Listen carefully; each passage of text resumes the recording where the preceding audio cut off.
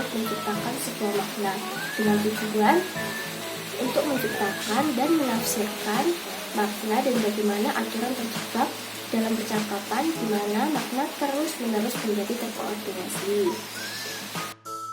Dunia adalah panggung sandiwara. Peirce and Cornell 1980 menggunakan metafora teater tanpa sutradara. Mereka percaya bahwa dalam hidup itu sama seperti teater. Aliran percakapan pada dasarnya adalah sebuah produksi teater. Negosiasi makna mengarahkan drama mereka sendiri dan pada waktunya. Plot atau alur menguat tanpa adanya naskah. Untuk melanjutkan metafora, aktor memasukkan drama mereka bergantung pada pengalaman masa lalu agar mencapai sebuah makna. Manajemen makna terkoordinasi mengkaji bagaimana seorang individu memberikan makna dalam pesan. Ada 3 asumsi. Yang pertama, manusia hidup dalam berkomunikasi. Yang kedua, keberadaan makna menciptakan realitas sosial. Yang ketiga, transaksi makna pribadi dan interpersonal. Asumsi pertama, sentralitas komunikasi. Artinya, manusia hidup dalam komunikasi. Peirce menolak model proses komunikasi tradisional. Sebaliknya, ahli teori percaya bahwa situasi sosial diciptakan oleh interaksi. Asumsi kedua, manusia turut menciptakan realitas sosial. Keyakinan bahwa orang-orang dalam percakapan membentuk realitas bersama. Mereka disebut konstruksionisme sosial. Asumsi ketiga, cara di mana orang mengendalikan percakapan transaksi tergantung pada makna pribadi atau bisa disebut dengan personal meaning, yaitu makna yang dicapai ketika seseorang berinteraksi dengan yang lain dan membawa pengalaman unik dalam interaksi, dan makna interpersonal yaitu makna yang dibangun bersama oleh peserta dan harus sering dinegosiasikan. Esensi komunikasi adalah makna. Menurut Peirce tahun 2012, kita menjalani hidup kita penuh dengan makna, dan salah satu tantangan hidup kita adalah untuk mengelola makna-makna tersebut. Hierarki makna terorganisasi. Orang mengatur makna dengan menentukan beberapa banyak beban untuk memberikan pesan tertentu. Ketika orang berkumpul bersama, mereka mencoba untuk menangani tidak hanya pesan yang dikirim kepada mereka dan orang lain, tetapi juga pesan-pesan yang mereka kirimkan kepada orang lain. Ahli teori mengusulkan 6 tingkatan makna. Yang pertama, pola budaya. Yang kedua, naskah hidup. Yang ketiga, hubungan atau kontrak. Yang keempat, episode. Yang kelima, tindak tutur. Dan yang keenam adalah konten. Konten menentukan langkah pertama dalam mengubah data mentah menjadi sensorik makna. Tindak tutur mengomunikasikan niat pembicara dan menunjukkan bagaimana komunikasi tertentu harus digunakan. Sekelompok hal-hal yang sangat akrab seperti janji, ancaman, hindaan, spekulasi, dugaan, dan pujian. Menurut Peirce 2007, Peirce juga mengakui peran komunikasi nonverbal juga sangat penting. Episode rutinitas komunikasi yang memiliki awal, pertengahan, dan akhiran yang didefinisikan. Artinya, hal ini membahas tentang bagaimana orang bertindak. Yang kedua, hubungan, kesepakatan dan pemahaman di antara dua orang. Tingkat hubungan menunjukkan batas-batas hubungan dalam parameter yang ditetapkan oleh sikap atau perilaku. Batas yang membedakan antara kita dan mereka atau orang-orang menggunakan istilah keterperangkapan atau sejauh mana orang mengidentifikasikan diri mereka sebagai sistem relasional. Skenario hidup atau life script.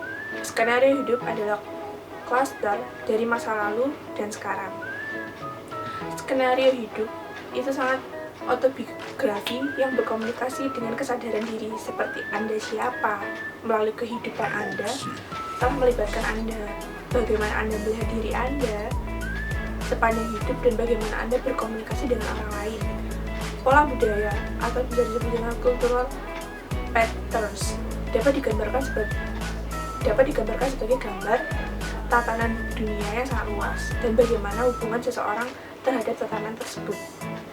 Hubungan individu dengan budaya lebih besar dalam menghasilkan sebuah makna.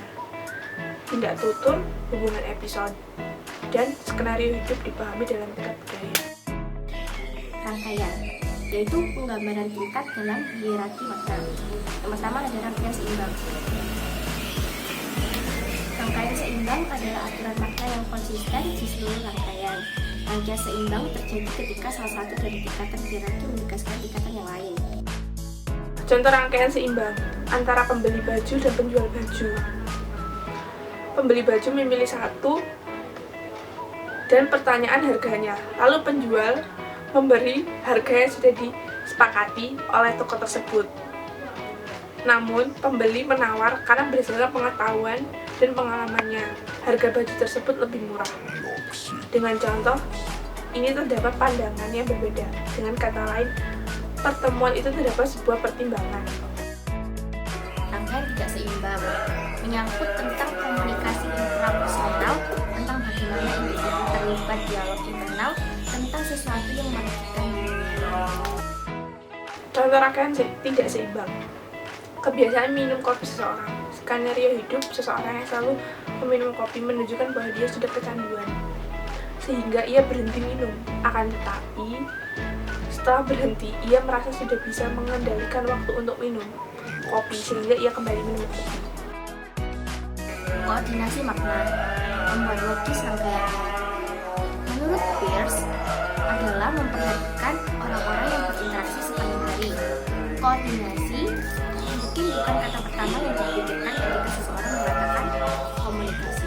Peirce tahun 2007. Koordinasi ada ketika dua orang mencoba menalar pesan dalam percakapan mereka. Pengaruh pada proses koordinasi. Pertama, koordinasi mengharuskan individu peduli dengan tatanan moral yang lebih tinggi. Peirce 1989. Banyak ahli teori CMM seperti Peirce menjelaskan moralitas sebagai kehormatan, martabat, dan karakter. Tatanan moral melibatkan etika dan aturan ini pada dasarnya merupakan kesempatan bagi individu untuk menegaskan sikap etis dalam percakapan. Ahli teori CMM berpendapat bahwa etika merupakan bagian yang melekat dari aliran percakapan.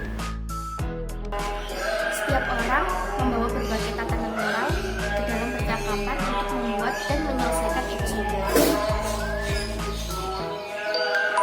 Peirce berpendapat bahwa orang secara bersamaan melakukan berbagai peran seperti kakak, ibu, kekasih, mahasiswa, karyawan teman, dan warga negara.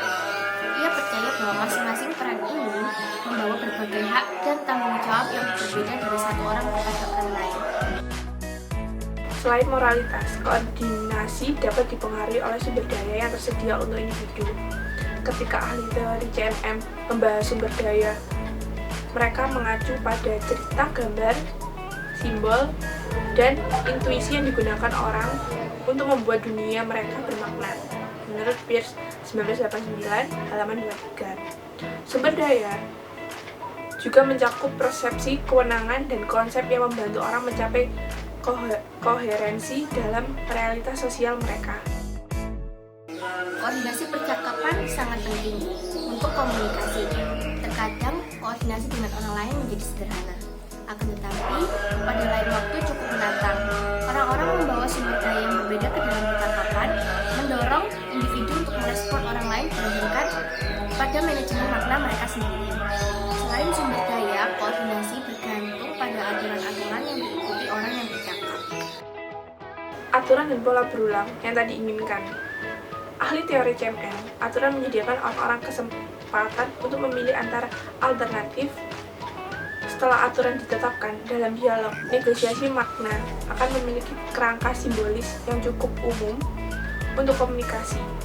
Menurut Guzman dan Whiting 1972, ahli teori CMM berpendapat bahwa penggunaan aturan dalam percakapan lebih dari sekedar kemampuan untuk menggunakan aturan.